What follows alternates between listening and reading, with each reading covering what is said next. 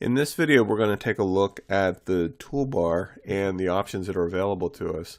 Whenever you first launch Photoshop, you'll notice the interface, and it can seem a bit overwhelming and daunting when you first start working with Photoshop.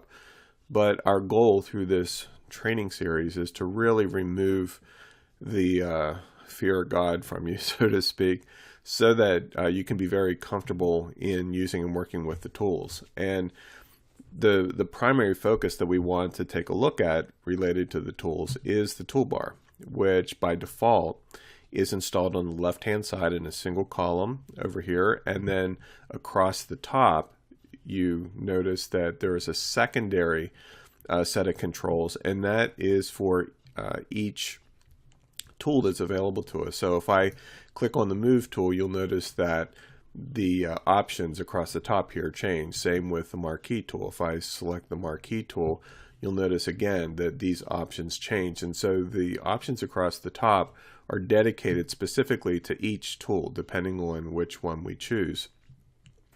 You'll also notice that in the lower right hand corner of many of the tools, matter of fact nearly all of the tools, there's a small arrow pointing to the lower right.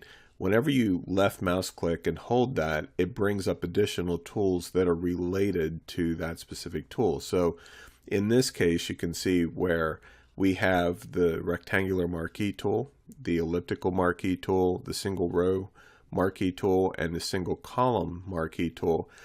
And by default, the rectangular tool is the one chosen. If you want to switch, say, to the elliptical tool, you just move your cursor until that's the one highlighted and release it, and now that is the primary tool that's selected.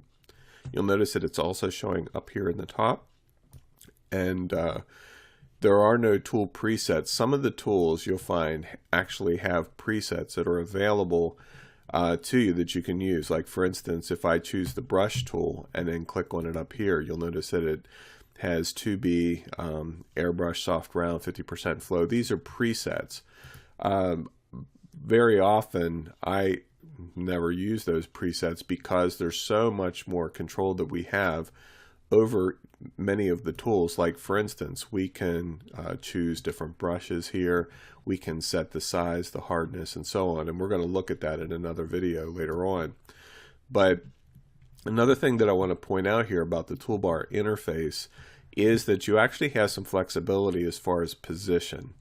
Okay, here in the upper left hand corner you'll notice two arrows, and whenever you click on those it will change the toolbar layout format from a single column to a double column, and depending on your workflow and what you're comfortable with, this can actually perhaps work better for you. Another option that you have with the toolbar, and actually with all of the different workspace bars that are available to you, is that you'll notice that there's a series of dark rectangles here, and if you left mouse click and hold your left mouse key down and drag, it separates the toolbar from the interface so that you can then position it anywhere you like. And as a matter of fact, you can actually drag it over here to the right hand side, and you'll notice how you have the vertical blue line. That shows that it wants to dock to the right hand side workspace windows that are there, and so if I release my mouse,